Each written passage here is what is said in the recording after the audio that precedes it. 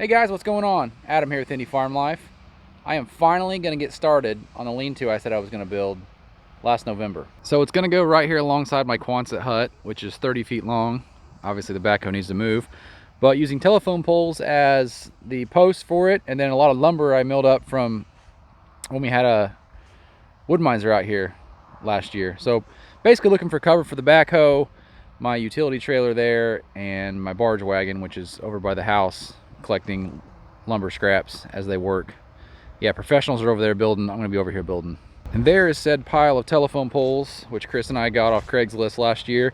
And if I run short on those, way over yonder, I've got probably 6 or 7 really long straight trees that I cut down, I could cut up and use.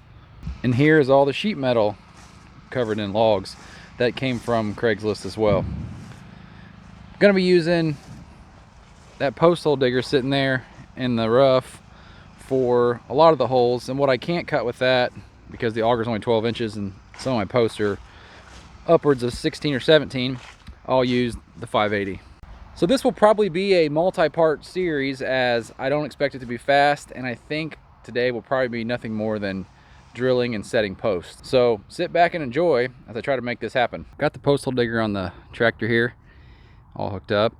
And I have this really bad feeling that even though that auger is 4 foot tall, I'm going to end up using the backhoe, so this could have been all in vain.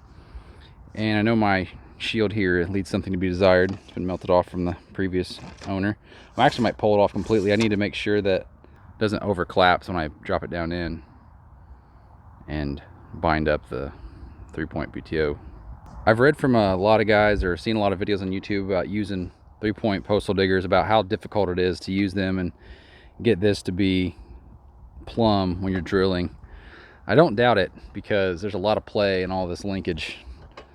So like I said, can't wait to test this hole out and then probably use the backhoe.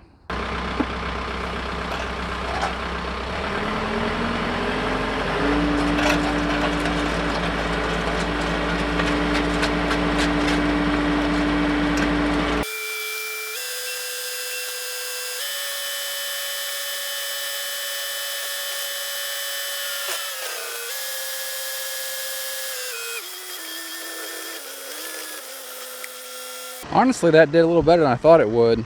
The ground is so wet. I was digging with the 580 the other day and the bucket just kept filling up hard packed clay. But it's a decent hole. I might have to get some post hole diggers and clean out the bottom a little bit, because this can't seem to pull at all, but I think we'll be all right. Maybe throw a little 53 or some concrete around it. The backhoe will be used for some of those, simply because that auger's not wide enough, but I'll do as many as I can this way. So here's a shot of hole number 1 after I cleaned it out with some post hole diggers. Actually about 4.5 foot, because I was able to ram that thing down a little deeper. And as expected, not quite perfectly square. And it's a 12-inch auger. My first post set that I want to set is 11 inches. So it's going to be a squeeze. I don't know if we'll be able to get it in there or not. And I'll just fix the lean by pushing the post with the tractor a little bit.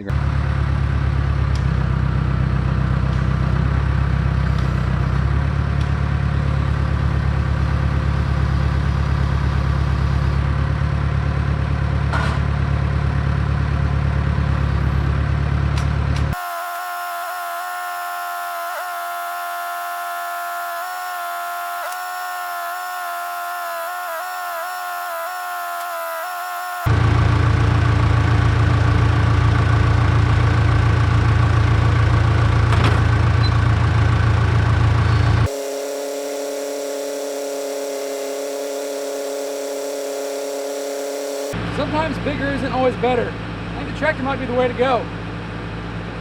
Just walk it up. I'll fill the hole a little bit with the butt of it, but this is a nice precarious situation for one person.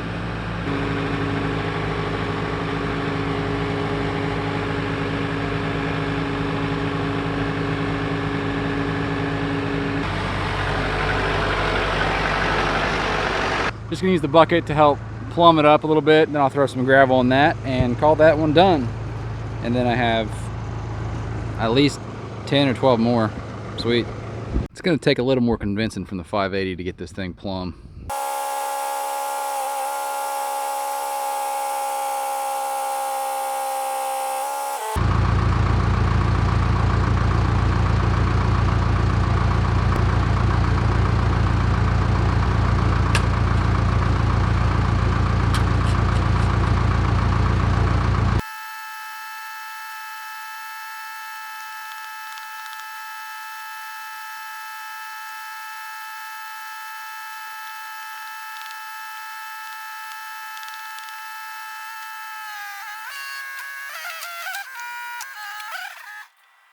That's when it falls over.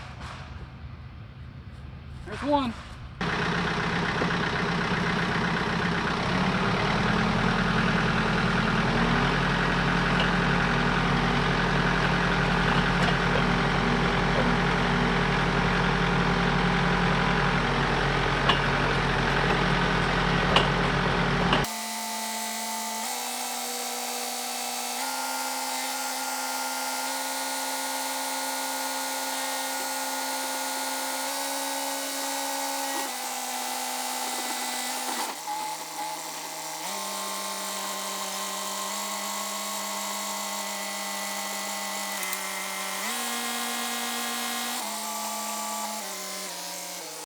Hit some gravel down there. Must be from when they had the foundation of this thing.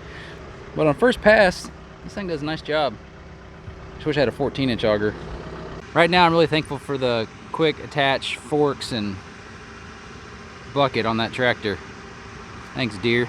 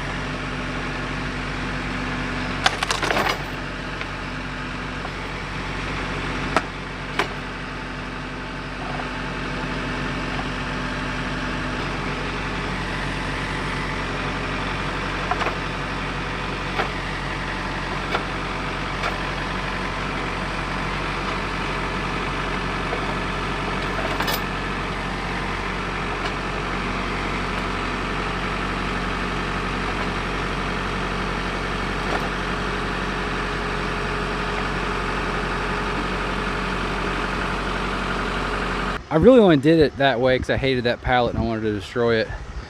Now I saw another video online where some guys did a very similar thing, but they weren't using telephone poles, they were using like 4x4s.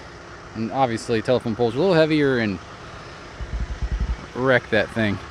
Going forward though, I'm just gonna use the pallet forks and might let I was gonna maybe put a piece of 2x4 or 2x6 across there when I first tried to flip it up, but on the way into the barn I saw this pallet and thought I'd give it a whirl. All right, easier than the first.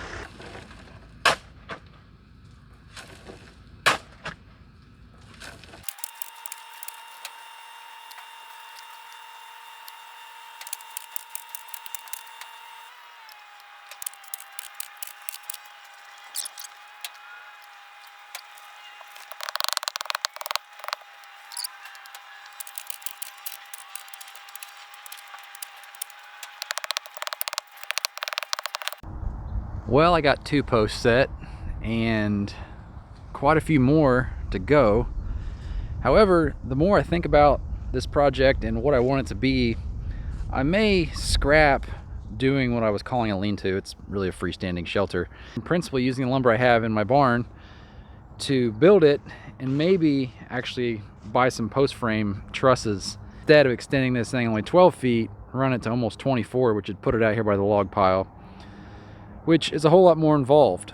However, I don't want to sink a lot of time and effort into this for it to only be half as good as I want it to be. So for now, with everything I have going on, the house build, managing that process, I'm gonna hit the pause button on this project. I might set a couple more posts up here by the barn where I know they will ultimately be, but the ones out this way, not quite sure what's gonna be going on there. So this video is gonna end here. And so for once, I am going to slow down and try to catch up on everything I have going on around here as opposed to starting a new project. Got a mountain of maintenance to do on the machines. Somehow everything seemed to come due at one time, or I just prolonged things for so long that I just need to catch up. Probably the latter of those two. But if you would, hit that subscribe button down below, come back and see us. Many more projects on the way. We'll see you guys next Tuesday at 9. Take care.